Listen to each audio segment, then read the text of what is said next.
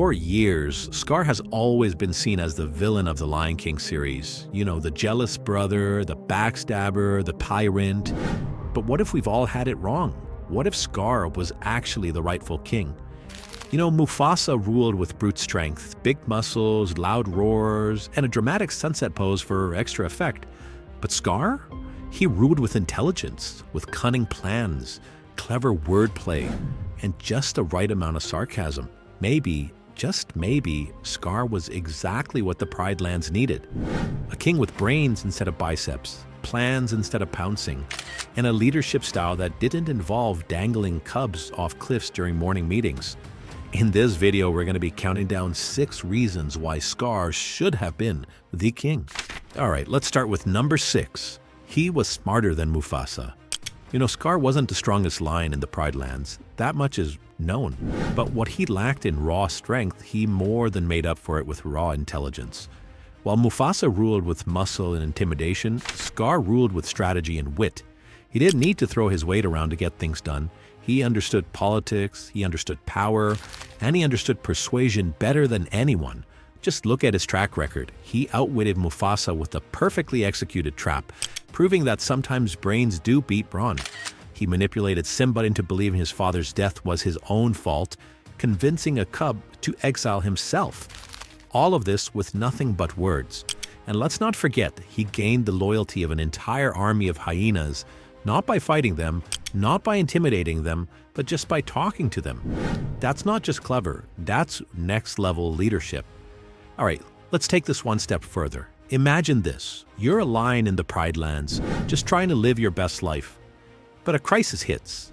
Maybe a herd of wildebeest are stampeding, or maybe the water supply is running low.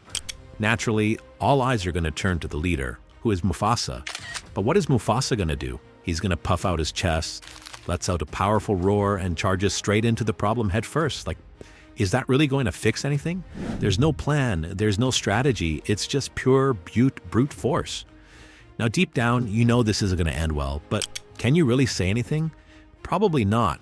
Not if you value your life. Speaking against Mufasa would probably get you assigned to like permanent termite duty.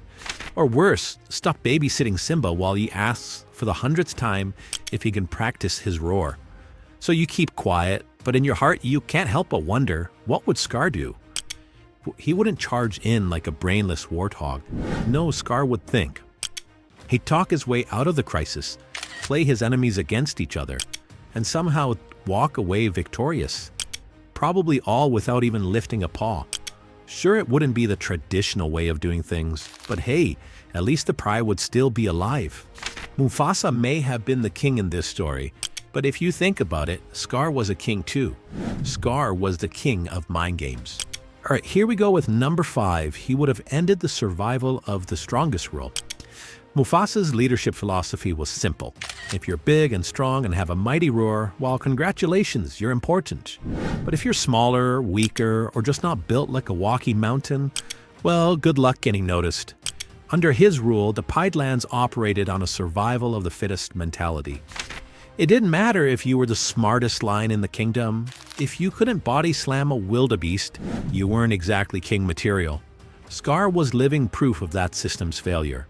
In The Lion King, 1994, Scar and Mufasa weren't just rivals. They were biological brothers, born into the same royal family, but treated like they came from entirely different worlds. From the moment Scar opened his eyes, it was clear who the favorite was. Mufasa was the golden child. He was strong, fearless, and practically glowing under the savannah sun. Scar, well, let's just say he wasn't exactly the poster cub for future king material. Even Mufasa's The Lion King 2024, where Scar and Mufasa were adoptive brothers, the story really didn't change much. Scar was still treated as the lesser of the two. In this version, Mufasa wasn't really born into royalty either. He was an orphaned cub, found and taken in by the royal family after a flood separated him from his parents. Despite being an outsider by birth, Mufasa was immediately seen as the stronger, more capable heir, the pride's golden boy, per se. Scar, on the other hand, was the biological son of the king and queen, the one who by all logic should have been next in line, But instead of being raised as the future ruler, he was pushed into the shadows, all because he wasn't as physically imposing or naturally commanding as Mufasa. Mufasa's reign was built on the belief that power belonged to those who could take it by force. But what about the ones who didn't fit that mold? If Scar had been given a fair shot, intelligence and cunning could have mattered just as much as strength. Mufasa's idea of leadership was outdated. It worked for a warrior kingdom, but not for a progressive one. In an ever-changing world, being able to adapt matters way more than just strength. What do you guys think about today's topic, by the way? Let me know in the comment section below. I'd love to have a discussion with you guys. And if you guys found this video helpful, it would mean the world to me if you guys could hit that like button and subscribe so we can definitely push out more content for you guys in the future. Thank you guys so much, and here we go with number 4. All right, so number 4 is that he understood the power of alliances.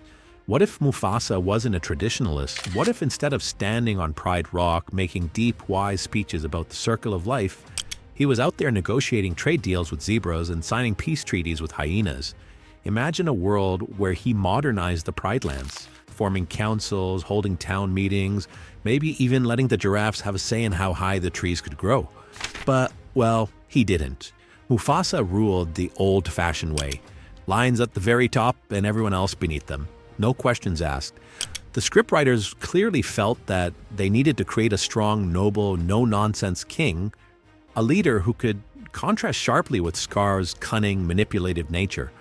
And they were right. Mufasa was a great king, but if we take a less judgmental look, Scar wasn't just a power-hungry villain. He was a visionary who saw possibilities beyond tradition. This isn't just to justify his manipulation, betrayal, or the whole, killing your brother and blaming it on your nephew thing. That's still very much inexcusable. But Scar understood something Mufasa didn't. Survival isn't just about strength. It's about adaptation. That's why Scar didn't just rely on lions alone. He saw the bigger picture. He understood that alliances were key to survival. That's why he recruited the hyenas, not because he was desperate, but because he recognized their potential. Yes, in The Lion King, Scar's alliance, the hyenas led to disaster. But that was due to mismanagement, not really the alliance itself. Imagine if Scar had ruled with proper leadership, bringing the hyenas into the Pride Lands, giving them a way that benefited everyone. Instead of being seen as parasites, they could have been given real roles in society, as scouts, as guards, or even as hunters. Of course, the circle of life would have made this impossible because, let's be honest, lions and hyenas are both predators, which means they would still be competing for food. You can't exactly have your royal guards also eyeing your dinner, but still, Mufasa could have done at least some sort of alliance instead of treating them like annoying neighbors no one wanted to deal with. Mufasa refused to acknowledge another species unless they were part of his carefully controlled ecosystem. Scar was willing to expand beyond tradition. Scar's visions were inclusive. Mufasa's were exclusive. And inclusive rulers last longer. Number 3. Scar led with cunning, not with emotions. Scar did have emotions. Let's not forget the time when he was still known as Taka, where he literally sang his heart out in I've Always Wanted a Brother song, right? A 3-minute song about brotherhood and belonging, because nothing says I care like a dramatic Disney musical. But let's be honest, viewers loved that scene. It gave Taka a softer, more vulnerable side. For a moment, he wasn't just this sinister, smooth-talking villain we all knew, but he was a lion with feelings, hopes, and dreams. But here's the thing. Scar never let his emotions blind him, unlike Mufasa. Now, Mufasa was loved, yes, but his biggest weakness was that he was too emotional.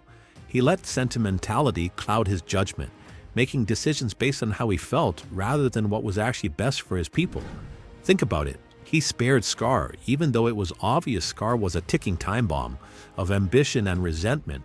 He pampered his son Simba, raising him more like a carefree prince than a future king who actually needed training. And worst of all, he underestimated Scar's ambition, blindly believing that family loyalty alone would keep his brother in check. Spoiler alert, no, well, it didn't. Scar, on the other hand, led with cold logic.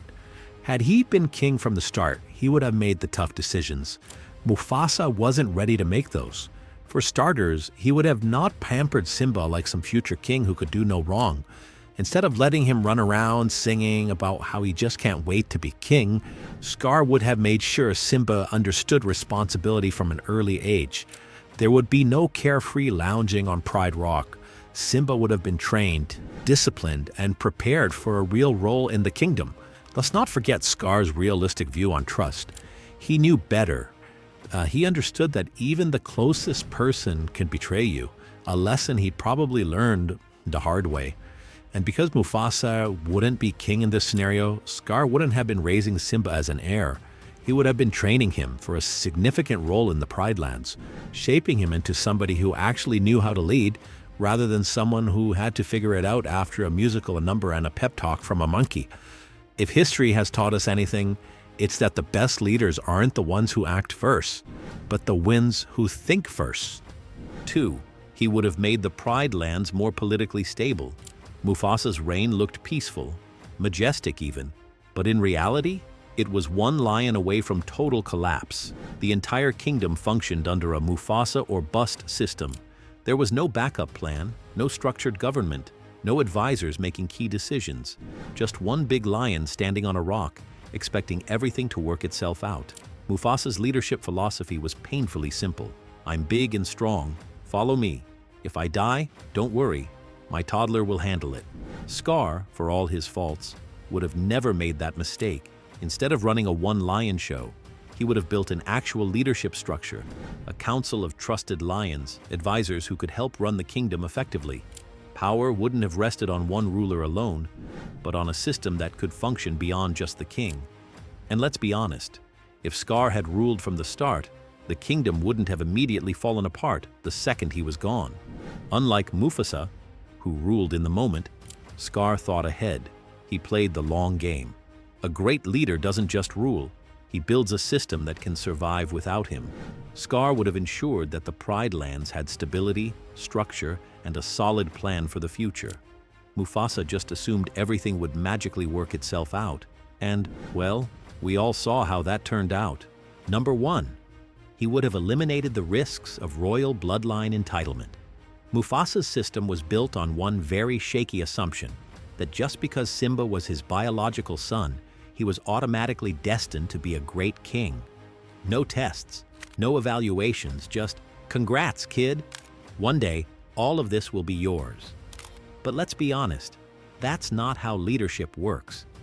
Being born into royalty doesn't magically make someone wise, strategic, or even remotely qualified to run a kingdom. If that were true, history wouldn't be full of kings and queens who completely ruined their empires. Scar, however, wasn't blinded by bloodline loyalty. He knew that entitlement is dangerous and that handing power to someone just because of their last name is a recipe for disaster. He had first-hand experience with this. After all, he was the rightful heir by birth, yet he was overlooked just because he didn't fit the strong king mold.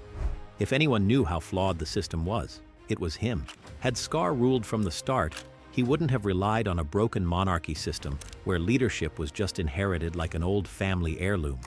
Instead, he would have made sure that only the most capable lions, whether they were born royal or not, were given positions of power. That means if Simba actually showed leadership potential, great. Scar would have trained him, given him real responsibilities, and prepared him for the future. But if Simba wasn't ready or showed zero competency, Scar wouldn't have just handed him the throne on a silver platter. Imagine how different things would have been if Scar had created a merit-based leadership system, instead of a kingdom where everyone just went along with, the king's cub must be next in line. The Pride Lands could have been ruled by whoever was best for the job, whether that was Simba, another lion, or even a governing body that shared power. Mufasa's system led to Simba running off into exile for years, only to return and wing it as a ruler. The dude spent his entire childhood goofing off, his young adulthood eating bugs, and then he suddenly had to overthrow a king and run a nation overnight. That's not a career path. It's a disaster waiting to happen. Scar wouldn't have let that happen. Under his rule, the Pride Lands would have never suffered under the dangerous assumption that birthright equals competence. Because at the end of the day, a real leader isn't born. A real leader is made.